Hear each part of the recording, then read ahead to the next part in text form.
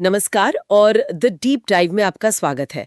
आज हम भारत की जीती जागती विरासत की गहराई में उतर रहे हैं। ये एक ऐसी कहानी है जिसमें बेशुमार खूबसूरती है, गंभीर खतरे हैं और साथ ही संरक्षण की कुछ बहुत प्रेरणादायक कोशिशें भी हैं। जब हम इस विषय के बारे में सोचते हैं तो अक्सर मन में एक तस्वीर आती है, जंगल में अपनी पूरी शान से खड़ा एक बाघ। ये सिर्फ एक जानवर की तस्वीर नहीं है ना? ये भारत की उस अनमोल प्राकृतिक धरोहर की निशानी है जो आज मतलब दांव पर लगी है। आपने बहुत अच्छी बात कही। और वो जो बाघ की तस्वीर है, वो सिर्फ एक प्रतीक नहीं, बल्कि एक तरह का हेल्थ इंडिकेटर है। हम्म। अगर जंगल में बाघ सुरक्षित है, तो इसका मतलब है कि पूरा जंगल स्वस्थ है। मतलब नदियां, पेड़ पौधे और उन पर निर्भर अनगिनत दूसरी प्रजातियां। हम्म। तो आज की बातचीत सिर्फ आंकड़ों की गिनती नहीं होगी, बल्कि ये समझने की कोशिश होगी कि ये सब आपस में कैसे जुड़े हैं। एक ऐसा जटिल जाल जिसमें एक धागा खींचने से हम्म। पूरा ढांचा हिल सकता है। और हम देखेंगे कि इस जाल को बचाने के लिए लड़ाई कैसे लड़ी जा रही है। तो चलिए इसी विशालता से शुरू करते हैं। जब हम भारत की बायोडाइवर्सिटी की बात करते हैं तो इसका पैमाना समझना ही अपने आप में हैरान करने वाला है। असल में हम जीवन के एक वैश्विक केंद्र की बात कर रहे हैं। एक आंकड़ा इस बात को बिल्कुल साफ कर देता है। दुनिया में जितनी भी प्रजातियां हैं उनमें से लगभग 8% भारत में पाई जाती हैं। इस विविधता को समझने के लिए अक्सर दो शब्दों का इस्तेमाल होता है, फ्लोरा और फौना। जी, ये दोनों शब्द हमारी जैविक विविधता की क्या कहते हैं, नींव है। फ्लोरा मतलब किसी भी इलाके का वनस्पति जीवन, पेड़ पौधे और हरियाली। भारत में पौधों की लगभग 47,000 प्रजातियां होने का अनुमान है। 47,000? जी, और इनमें से 15,000 तो फूल वाले पौधे हैं। और फौना का मतलब है उस इलाके का पशु जीवन, यानी जानवर, पक्षी, कीड़े मकोड़े। तो ये सिर्फ एक आंकड़ा नहीं है, ये जीवन के एक ऐसे विशाल नेटवर्क का सबूत है जो भारत को जैविक रूप से दुनिया के सबसे अमीर देशों में से एक बनाता है। लेकिन जैसा कि अक्सर होता है, जहां बेशुमार दौलत होती है वहां खतरा भी मंडराता है। और ये समृद्धि अब एक गंभीर संकट का सामना कर रही है। कुछ आंकड़े तो वाकई चिंताजनक हैं। भारत में पाई जाने वाली वनस्पतियों में से 10% और स्तनधारी जानवरों में से 20% पर विलुप्त होने का खतरा मंडरा रहा है। और ये सिर्फ एक आशंका नहीं है। कुछ प्रजातियां तो हम हमेशा के लिए खो चुके हैं, जैसे चीता और गुलाबी सिर वाली बत्तख। और जो बात यहाँ गौर करने वाली है वो ये है कि ये गिरावट कोई प्राकृतिक हादसा नहीं है। इसके पीछे कुछ बहुत ही शक्तिशाली कारण हैं। पहला है कृषि का विस्तार। देखिए, आज़ादी के बाद बढ़ती आबादी का पेट भरने के लिए 1951 से 1980 के बीच 26,000 वर्ग किलोमीटर से ज्यादा जंगल। 26,000 वर्ग किलोमीटर? हाँ, इतना जंगल खेती की जमीन में बदल दिया गया। दूसरा कारण है बड़े पैमाने पर विकास परियोजनाएं। 1951 से अब तक सिर्फ नदी घाटी परियोजनाओं के लिए 5,000 वर्ग किलोमीटर से ज्यादा जंगल साफ कर दिए गए हैं। एक मिनट, आपने विकास परियोजनाओं की बात की, तो क्या इसका मतलब यह है कि विकास और संरक्षण के बीच हमेशा एक टकराव रहेगा? क्या इसका कोई हल नहीं है? यस, ये एक बहुत बड़ा सवाल है। और तीसरा और चौथा कारण इस टकराव को और गहरा दिखाते हैं। तीसरा है खनन। इसका एक सटीक उदाहरण है पश्चिम बंगाल का बुक्सा टाइगर रिजर्व, जहां डोलोमाइट खनन ने न सिर्फ जानवरों के रहने की जगह को तबाह किया, बल्कि उनके आने जाने के मतलब उनके माइग्रेशन रूट्स को भी बंद कर दिया। और चौथा कारण हमारी अपनी आदतें हैं। संसाधनों का जरूरत से ज्यादा इस्तेमाल, ईंधन के लिए लकड़ी, दवाइयों के लिए जड़ी बूटियां और चारे का जिस तरह से अव्यवस्थित उपयोग होता है, वो जंगलों पर एक ना खत्म होने वाला दबाव डालता है। और इस तबाही का असर सिर्फ जानवरों और पौधों पर नहीं रुकता। असल में इसका सबसे भारी बोझ तो इंसानों पर पड़ता है, खासकर उन समुदायों पर जो इन जंगलों को अपना घर कहते हैं। बिल्कुल। और ये बोझ कई रूपों में दिखाई देता है ना?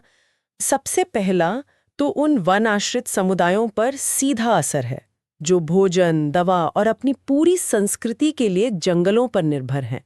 जैसे जैसे जंगल कटते हैं, ये समुदाय और ज्यादा गरीब और हाशिए पर धकेल दिए जाते हैं।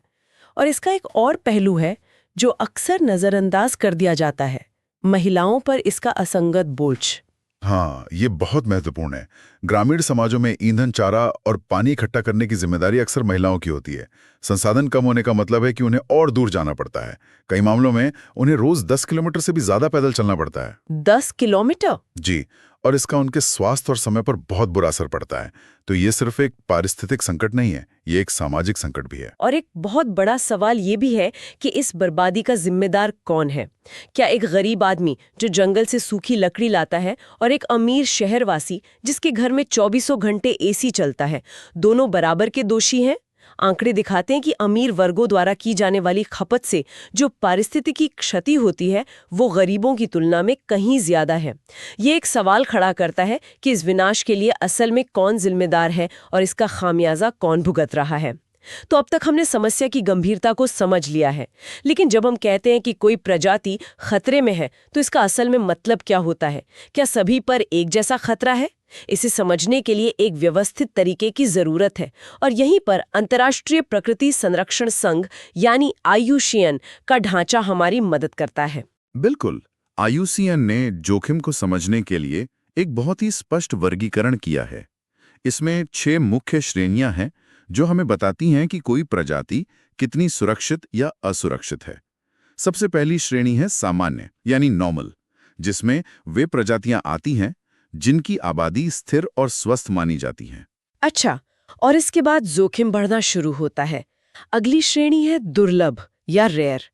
ये वो प्रजातियां हैं जिनकी आबादी प्राकृतिक रूप से ही बहुत कम है और वे एक छोटे से भौगोलिक क्षेत्र में रहती हैं, तो उन पर हमेशा नजर रखनी पड़ती है क्योंकि एक छोटी सी भी गड़बड़ी उन्हें अगली श्रेणी में धकेल सकती है। और वो अगली श्रेणी है संवेदनशील, वल्नरेबल। इसमें वो प्रजातियां शामिल हैं जिनकी आबादी में गिरावट आ रही है। अगर हालात नहीं सुधरे तो वो जल्दी संकटग्रस्त हो सकती हैं। इसके बाद आती है सबसे चिंताजनक श्रेणी, संकटग्रस्त यानी एंडेंजर्ड। ये वो प्रजातियां हैं जो विलुप्त होने के कगार पर खड़ी हैं। और आखिर की 2 श्रेणियां बहुत खास है। एक है स्थानिक, जिसे एंडेमिक कहते हैं। ये वो प्रजातियां हैं जो दुनिया में और कहीं नहीं, सिर्फ एक खास भौगोलिक इलाके में पाई जाती हैं, जैसे कि कोई द्वीप या कोई पर्वत श्रृंखला। और आखिरी श्रेणी है विलुप्त, एक्सटिंक्ट। ये वो प्रजातियां हैं जो अब इस धरती पर मौजूद नहीं हैं। जी, चाहे हमने कितनी भी खोज क्यों ना कर ली हो। इन श्रेणियों को सिर्फ परिभाषाओं के तौर पर समझना एक बात है, लेकिन जब हम इन्हें असली जानवरों के चेहरे से जोड़ते हैं तो इसका असर कहीं ज्यादा गहरा होता है। चलिए कुछ उदाहरण देखते हैं। हाँ, इन तस्वीरों से बात और साफ हो जाती है। जैसे कि भारतीय गैंडा, इंडियन राइनोसरस, ये संकटग्रस्त या एंडेंजर्ड श्रेणी में है। इसका मतलब है कि ये विलुप्त होने के बहुत करीब है और इसे बचाने के लिए तत्काल कार्रवाई की जरूरत है। फिर है एशियाई हाथी, एशियाटिक एलिफेंट, जिसे संवेदनशील या वल्नरेबल माना जाता है। इसकी आबादी घट रही है और अगर इसे नहीं संभाला गया तो ये भी जल्द ही संकटग्रस्त हो सकता है। आगे है हिमालयी भूरा भालू, हिमालयन ब्राउन बेयर।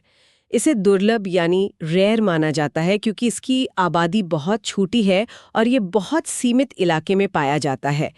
फिर एक बहुत ही खास उदाहरण है निकोबार कबूतर का, निकोबार पिजन। ये स्थानिक है, एंडेमिक यानी ये सिर्फ अंडमान और निकोबार द्वीप समूह में ही मिलता है और कहीं नहीं। और अंत में एशियाई चीता, एशियाटिक चीता। ये भारत के लिए विलुप्त या एक्सटिंक्ट श्रेणी में है। एक समय था जब ये भारत के मैदानों में दौड़ता था, लेकिन अब बहुत खोजने के बाद भी ये भारत के जंगलों में नहीं मिलता। ये एक दुखद याद दिलाता है कि अगर हमने ध्यान नहीं दिया तो हम क्या खो सकते हैं। अब तक हमने समस्याओं और खतरों की एक काफी गंभीर तस्वीर देखी है, जो थोड़ी निराशाजनक लग सकती है, लेकिन कहानी यहीं खत्म नहीं होती है। इस बढ़ते संकट के जवाब में भारत ने एक बहुत व्यापक और दो तरफा संरक्षण प्रयास शुरू किया है। हाँ, ये संरक्षण की लड़ाई 2 अलग-अलग मोर्चों पर एक साथ लड़ी जा रही है, जो इसे बहुत दिलचस्प बनाता है। पहला मोर्चा सरकार का है, जिसे हम राज्य एक संरक्षक के रूप में कह सकते हैं। ये एक टॉप डाउन दृष्टिकोण है जिसमें कानून बनाए जाते हैं, राष्ट्रीय परियोजनाएं शुरू की जाती हैं और वैज्ञानिक प्रबंधन पर जोर दिया जाता है। और दूसरा मोर्चा, जो शायद उतना ही या उससे भी ज्यादा महत्वपूर्ण है, वो आम लोगों का है। इसे हम लोक रक्षक के रूप में कह सकते हैं। ये एक जमीनी आंदोलन है जो स्थानीय समुदायों की सदियों पुरानी परंपराओं और प्रकृति के प्रति उनके गहरे सम्मान से ताकत पाता है। ये दोनों दृष्टिकोण मिलकर ही भारत की संरक्षण कहानी को पूरा करते हैं। चलिए पहले दृष्टिकोण को और गहराई से समझते हैं, यानी राज्य की भूमिका। किसी भी संरक्षण प्रयास की रीढ़ उसका कानूनी ढांचा होता है और भारत में इसका केंद्र है 1972 में पारित हुआ भारतीय वन्यजीव संरक्षण अधिनियम। ये कानून एक मील का पत्थर था। इसके मुख्य प्रावधान बहुत स्पष्ट थे। पूरे देश में संकटग्रस्त प्रजातियों के शिकार पर प्रतिबंध लगाना, उनके रहने के स्थानों यानी आवासों को कानूनी सुरक्षा देना और वन्यजीवों से बने उत्पादों के व्यापार पर पूरी तरह से रोक लगाना। इसका सीधा मकसद उन प्रजातियों को बचाना था जो विलुप्त होने की कगार पर थीं। और दिलचस्प बात यह है कि ये कानून समय के साथ विकसित भी हुआ है। 1980 और 1986 में इसमें संशोधन करके तितलियों, पतंगों, भृंगों और यहाँ तक कि एक ड्रैगनफ्लाई की कई 100 प्रजातियों को भी संरक्षित सूची में जोड़ा गया। ये दिखाता है कि संरक्षण की सोच सिर्फ बड़े जानवरों से आगे बढ़ रही थी। बिल्कुल। और 1991 में एक और बड़ा बदलाव आया। पहली बार पौधों को भी इस कानून के दायरे में लाया गया, जिसकी शुरुआत 6 प्रजातियों से हुई।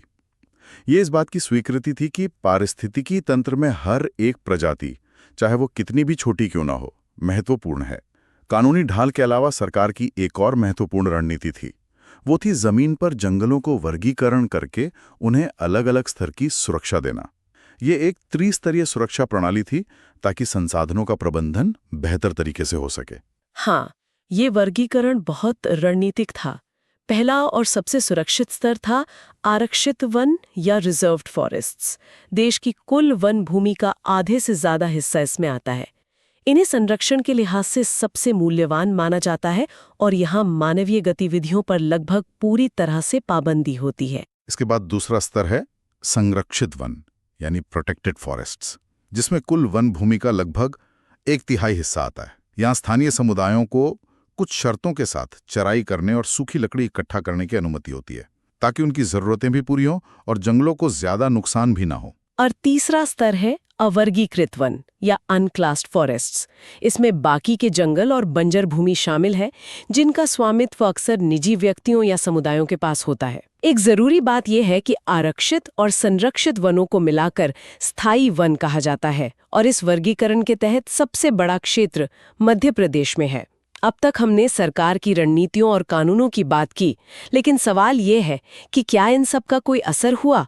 और यहाँ कहानी एक बहुत ही दिलचस्प और प्रेरणादायक मोड़ लेती है। ये भारत की सबसे बड़ी संरक्षण सफलताओं में से एक है, बाघ की वापसी की कहानी। ये कहानी वाकई शानदार है। पहले संकट को समझना होगा। 20वीं सदी की शुरुआत में भारत में लगभग 55,000 बाघ थे, लेकिन शिकार और जंगलों के कटने की वजह से 1973 तक ये संख्या घटकर सिर्फ 1,827 रह गई थी। बाघ विलुप्त होने की कगार पर था। इस भयानक गिरावट के जवाब में सरकार ने 1973 में प्रोजेक्ट टाइगर लॉन्च किया। ये दुनिया के सबसे बड़े और सबसे महत्वाकांक्षी वन्यजीव अभियानों में से एक था। इसका मकसद सिर्फ बाघों को बचाना नहीं, बल्कि उनके पूरे आवास को सुरक्षित करना था। और परिणाम उम्मीद से कहीं बेहतर थे। आज भारत में दुनिया के 75% जंगली बाघ रहते हैं। जो संख्या 1973 में 1,827 थी, वो 2022 में बढ़कर 3,682 हो गई। 2 गुने से भी ज्यादा। जी, कॉर्बेट नेशनल पार्क, सुंदरबन और सरिस्का जैसे टाइगर रिजर्व इस सफलता के प्रतीक हैं। और यह सिर्फ बाघों को बचाने की कहानी नहीं है। बाघ एक अम्ब्रेला स्पीशीज है। जब हम बाघ को बचाते हैं तो हम उसके पूरे इकोसिस्टम को भी बचाते हैं। एक बाघ को बचाने का मतलब है पूरे जंगल को जीवनदान देना। सरकारी प्रयास अपनी जगह बहुत महत्वपूर्ण है, लेकिन जैसा हमने पहले कहा था, ये कहानी का सिर्फ एक हिस्सा है। संरक्षण का दूसरा और शायद ज्यादा दिल को छूने वाला मोर्चा आम लोगों से जुड़ा है। भारत में संरक्षण सिर्फ एक सरकारी आदेश नहीं है, बल्कि ये एक जीती जागती परंपरा और एक जन आंदोलन है। बिल्कुल, इसकी जड़ें समाज में बहुत गहरी हैं। इसका सबसे प्रसिद्ध उदाहरण है चिपकू आंदोलन। हिमालय के गांव में जब बड़े पैमाने पर पेड़ों की कटाई शुरू हुई, तो वहां के लोगों ने, खासकर महिलाओं ने, पेड़ों को बचाने के लिए उन्हें गले लगा लिया। वे कटाई करने वालों के सामने खड़े हो गए और कहा कि कुल्हाड़ी चलाने से पहले उन्हें काटना होगा। इस आंदोलन ने दुनिया भर का ध्यान खींचा। बीजों और विविध फसलों की खेती रासायनिक उर्वरकों के बिना भी संभव और लाभदायक है। इसी तरह नवधान्य जैसे नागरिक आंदोलन है जो जैविक खेती और कृषि जैव विविधता को बढ़ावा दे रहे हैं। ये आंदोलन दिखाते हैं कि जब लोग अपनी विरासत को बचाने के लिए खड़े होते हैं तो वो असाधारण काम कर सकते हैं। तो हमने सरकार के टॉप डाउन दृष्टिकोण और लोगों के बॉटम अप आंदोलनों को देखा। एक तरफ कानून की ताकत है और दूसरी तरफ समुदाय का जुनून। अब सवाल ये उठता है, क्या ये दोनों ताकतें साथ मिलकर काम कर सकती हैं? और इसका जवाब है संयुक्त वन प्रबंधन मॉडल। हाँ, ये जॉइंट फॉरेस्ट मैनेजमेंट या जेएफएम मॉडल सरकार और स्थानीय समुदायों के बीच की साझेदारी को एक औपचारिक रूप देता है। ये एक बहुत ही सुंदर चक्र की तरह काम करता है। सरकार तकनीकी सहायता और प्रबंधन का ढांचा देती है। इसके जवाब में स्थानीय समुदाय संस्थाएं बनाकर जंगलों की सुरक्षा और प्रबंधन की जिम्मेदारी लेते हैं। और जब समुदाय ये जिम्मेदारी लेता है तो इसका नतीजा ये होता है कि बिगड़े हुए जंगल फिर से हरे भरे होने लगते हैं। और अंत में इस मेहनत का फायदा भी समुदाय को मिलता है। उन्हें जंगल से मिलने वाले गैर लकड़ी उत्पादों पर अधिकार मिलता है, जैसे फल, फूल या औषधियां। बिल्कुल। और जब जंगल स्थायी हो जाता है तो उन्हें काटी गई लकड़ी में भी हिस्सा मिलता है। ये एक ऐसा मॉडल है जिसमें जंगल भी बचता है और लोगों की आजीविका भी चलती है। और ये कोई नया विचार नहीं है। ये कार्यक्रम 1988 से औपचारिक रूप से अस्तित्व में है और उड़ीसा देश का पहला राज्य था जिसने संयुक्त वन प्रबंधन के लिए पहला प्रस्ताव पारित किया था। ये मॉडल दिखाता है कि संरक्षण का भविष्य साझेदारी में ही है। तो आज की हमारी चर्चा का सार ये है कि भारत की प्राकृतिक विरासत का संरक्षण एक दो तरफा लड़ाई है। इसमें सरकार के टॉप डाउन कानूनी ढांचे की भी जरूरत है और समुदायों के बॉटम अप आंदोलनों की भी। एक के बिना दूसरा अधूरा है। प्रोजेक्ट टाइगर जैसी सफलताएं दिखाती हैं कि सरकार क्या कर सकती है, और चिपको जैसे आंदोलन दिखाते हैं कि लोगों की इच्छा शक्ति क्या कर सकती है। और संयुक्त वन प्रबंधन जैसे मॉडल इस साझेदारी की ताकत का सबसे अच्छा उदाहरण है। बिल्कुल। और इसी के साथ हम आज की बातचीत के अंत में पहुंच गए हैं। ये पूरी चर्चा साझा जिम्मेदारी के एक मॉडल को दर्शाती है। तो हम श्रोताओं के लिए एक सवाल छोड़कर जा रहे हैं। ये साझा जिम्मेदारी का विचार सिर्फ जंगलों और वन्यजीवों तक ही सीमित नहीं है। हमारे अपने शहरी जीवन में हमारी प्राकृतिक विरासत, चाहे वो हमारे शहर की नदी हो, पार्क हो या हवा की गुणवत्ता हो, उसके लिए साझा जिम्मेदारी का क्या अर्थ हो सकता है, इस पर सोचिएगा।